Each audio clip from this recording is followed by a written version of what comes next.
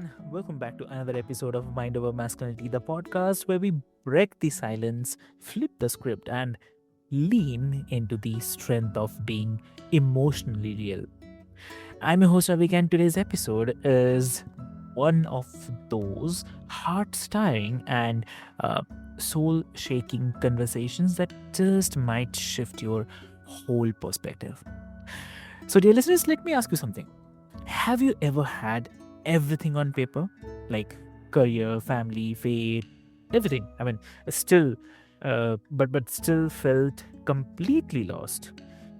So, ever wondered like what your actual purpose is beyond the daily grind? Have you ever thought about it or not? So, do let me know, dear listeners. Like, what do you think? Have you ever come up with this conclusion, or uh, have you ever faced this kind of scenarios? Do let us know. And well, my guest today is uh, who actually knows what that feels like. So I'm really honored to welcome Tanya Prince. So welcome to the show, Tanya. Hello, thank you so much for having me. Lovely, lovely. So Tanya, like before we start, I'll quickly love to introduce you to all of our listeners. So, dear listeners, Tanya is a newly published author of Designed for Purpose: Discovering God's Daily Direction. So this isn't just a journal. Yeah, all I mean, it's a 4 week deep dive into your spiritual compass, your calling, and your alignment with something that is greater than yourself. So her story is raw and real. So after building the kind of life that checks all the boxes, she hit a breaking point at 40. Divorce, career loss, faith shattered. But instead of giving up, she found herself wrapped in grace and reborn with a renewed sense of divine purpose. So today, she's here to speak into the hearts of men who might be quietly wrestling uh, with their identity, their purpose, and the pressure to always have it together. So I'll not take much of your time, dear listeners. Let's dive in with one and only Tanya. So welcome to the show.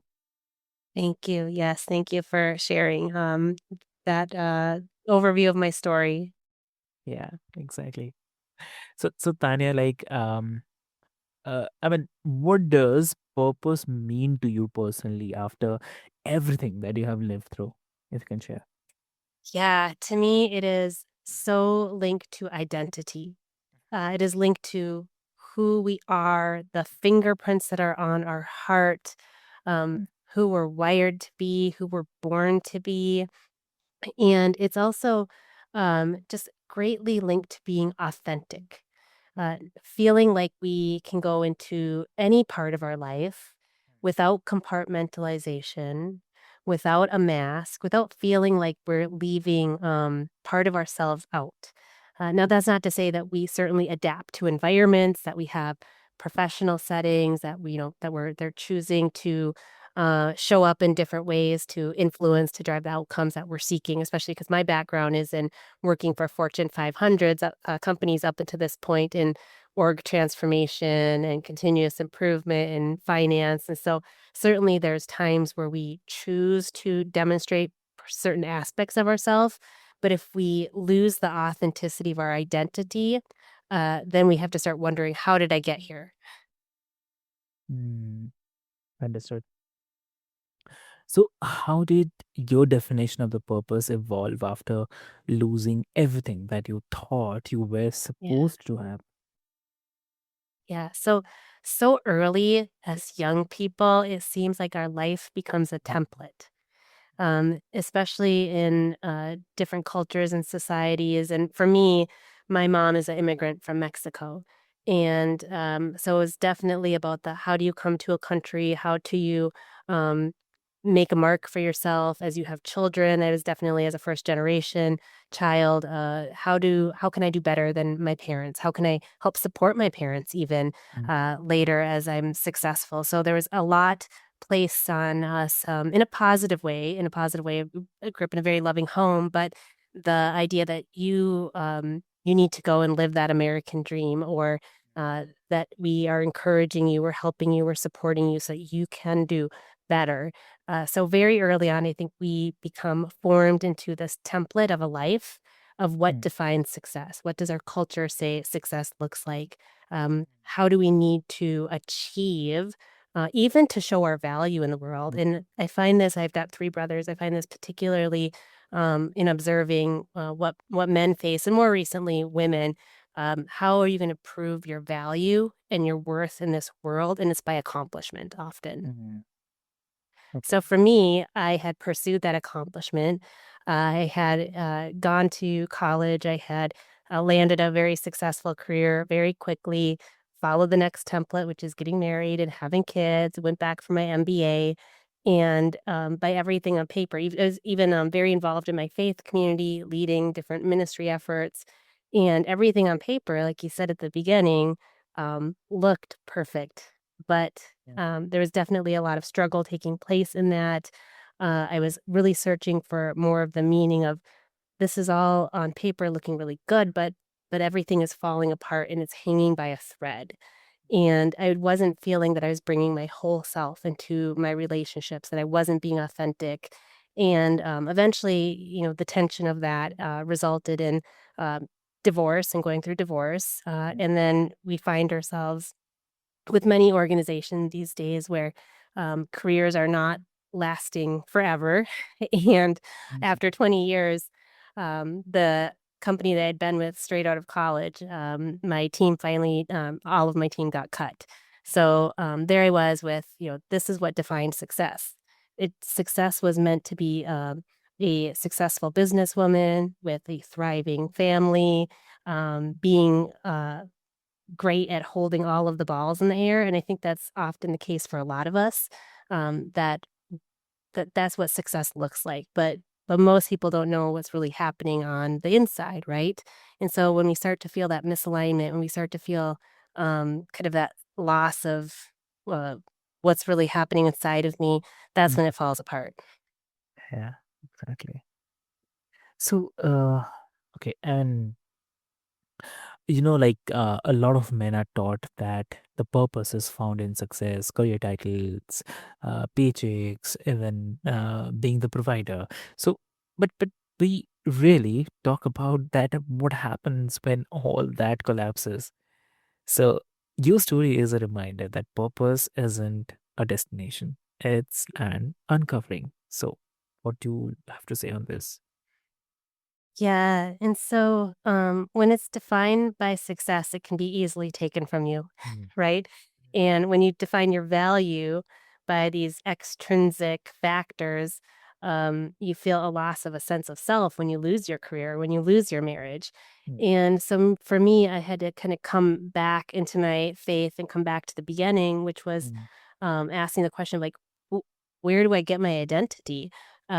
What is it that I was born to do in this world besides have a successful career? And so mm, for me, I had the opportunity to look back into my life and to be able to see that what are the patterns? What were the evidence mm, of who I was? What I was particularly gifted at? What type of influence came naturally to me? What really um, drove my passion. And so for me, it was about the opportunity to help transform organizations or help transform people. And so even early on in my life, I had been a high school coach.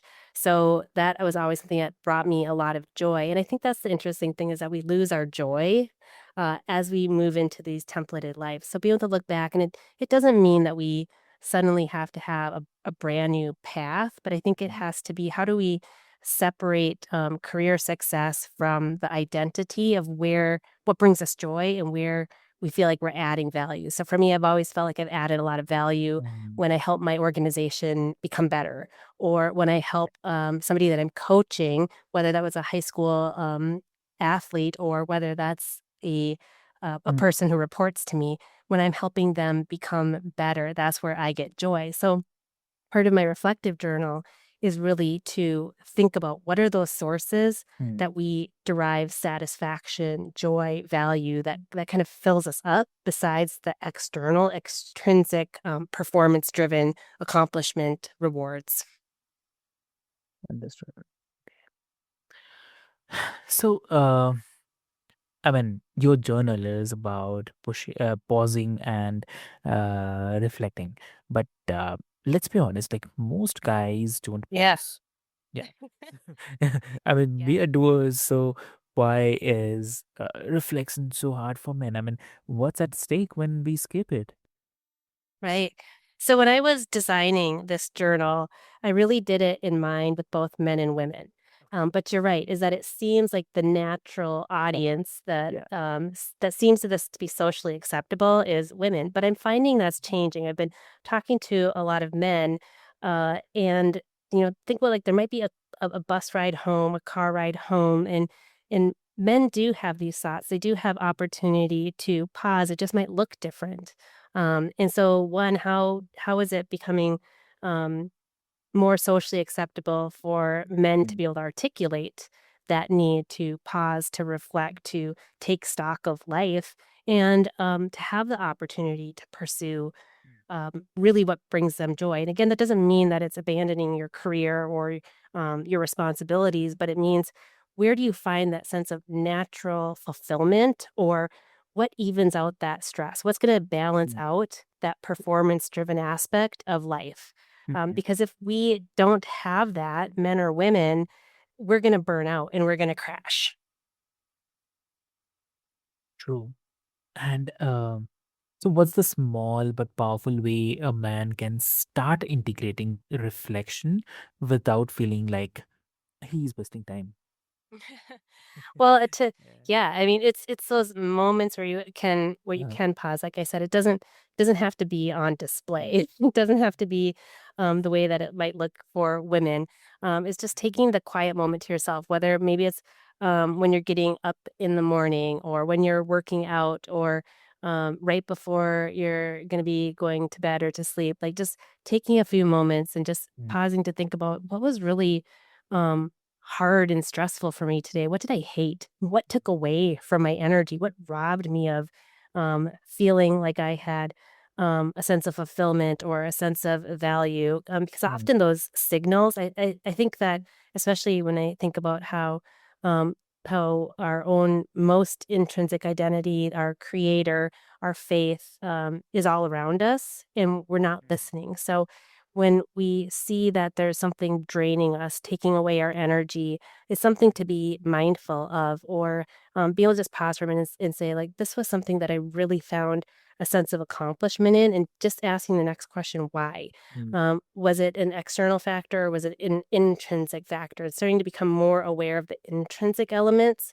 Like I said, like for me, it was I love when I'm adding value to my organization. So yes, maybe I had a fantastic presentation that went really well, and everybody was giving me a lot of positive feedback about how successful that was. mm, But what was the deeper element to that? So you can start being a whole person and doing more of the things and mm. connecting more with the things that really give you that true sense of joy and purpose.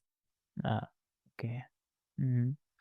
So, I mean, also like you say that we are each designed for something more than our daily emotions, basically. Mhm. So that's really deep. I mean, um, so for the guy who's stuck in routine, paycheck to paycheck, and just surviving. So how does he even begin to believe that there's something more for him? Mhm. Well, I think it's on beginning to notice how do you impact those around you. So maybe it's just in a conversation or an exchange with somebody. Maybe it's you're buying something, you're picking up a coffee, maybe you're picking up a soda, and Yeah. you're able to have an interaction with somebody, like just paying attention to the world around you Mhm. and how it's reacting to you. Okay. But that is really hard because we're going from moment to moment. So it has to take intention. If we don't intentionally slow down to observe, Mm, you're right, we never will. So it actually is a bit of a practice. It's a bit of a discipline, and it can start really small with just whenever you're in a situation where you're having a conversation with somebody or an exchange Mhm. with somebody, notice the impact that you're having on them.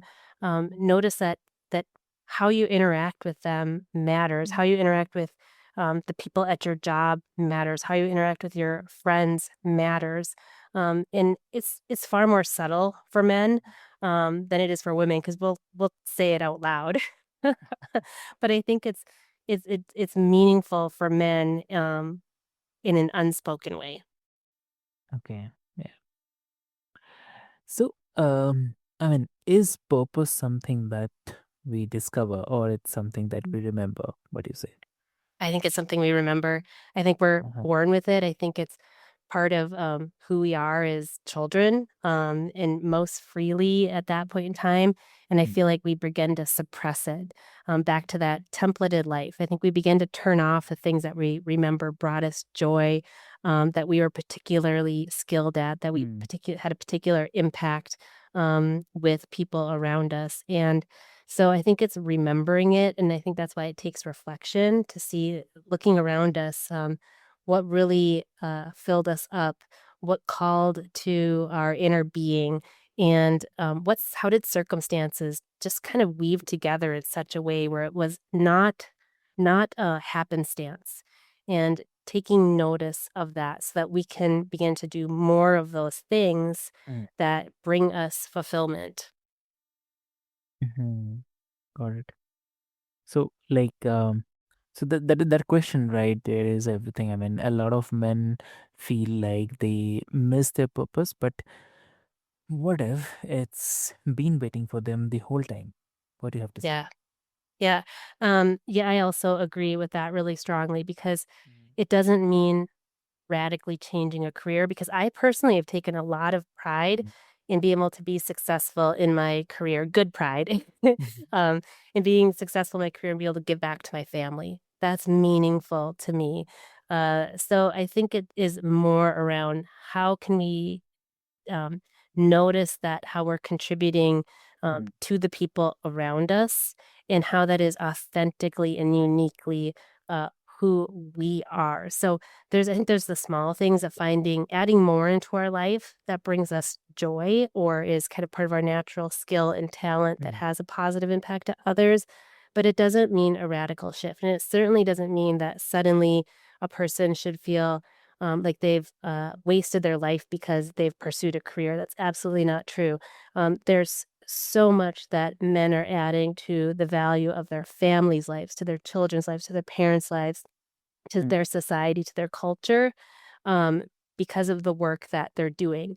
So I'm advocating for um, taking notice of that, but taking notice of it in a way that's not about the external um, performance driven value, but to the sense of how you are uniquely adding to the world mm, around you and getting more in tune with that authenticity so that you don't feel that you're living in a mask or you don't feel like you're only the value of what you can give to somebody else, but truly how are you connecting human to human. But that takes observation and it does take a moment to just pause and see in the little aspects. So even if you can take a moment each day to say, what did I do that added a positive impact to this world? Or if you can reflect back and say, this is what really brought me a sense of fulfillment today, you'll begin to see the patterns because it is patterns. mm, But if we don't pause to reflect and observe the patterns, we'll miss them.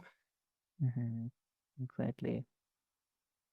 So for some people, it can be a radical change to say, I'm living in in a career, I'm living in a place where I don't feel that it's what I really have to bring inside of me to the world. Mm, But for most people, um, that our purpose is not necessarily our career. It's our career is a wonderful, good, freeing thing that gives us the means to even explore our purpose. So I think it's not just suddenly throwing out your career or making an assumption that I'm not in my purpose. It's mm, just becoming a bit more observant as to how you're showing up in your career, how you're showing up in your family, how you're showing up in the world that is making you feel mm, that you're in your authentic self of who you are and what you have to bring and give to the world. mm. Lovely. That's amazing. So, and also, like, as a purpose coach, what's the one common lie you see men believing about themselves that keeps them stuck? Mm, um, it really is their value comes from, uh, just what they can give to other people. Okay. Or by what their accomplishment is or by what Mm, their um, the the competitive aspect. A lot of materialism too, as I see, particularly with men because of the role that they have to provide, and they want to give their family good things, right? mm, But I think that the value that a man brings is more than what he can provide and more than the materials that he can give his family. mm, exactly. Amazing. And also, like, um, before we wrap, like, where's our listeners can find you if they want to connect with you? Sure. Yeah, you can find me online at greenvinecoaching.com and on social media, Greenvine Coaching or Design for Purpose book. Oh, that's amazing. So, Tanya, thank you so much. You have dropped some serious truth today. I mean, about the purpose, about pain, and about the power of pausing. So, for all the men who is listening, if you have ever felt like you are just going through the motions, this is your wake up call.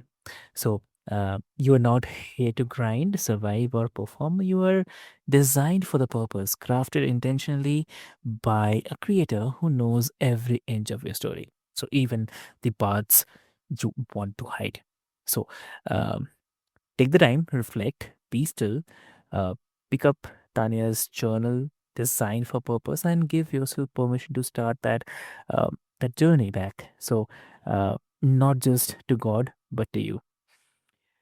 So remember, authenticity isn't the weakness, it's the warrior walk. And this is Mind Over Masculinity for you. And I'm your host, Alex, signing off from Mind Over Masculinity. Till then, be happy, stay strong, stay real, and never stop seeking your truth. So, till then, thank you so much.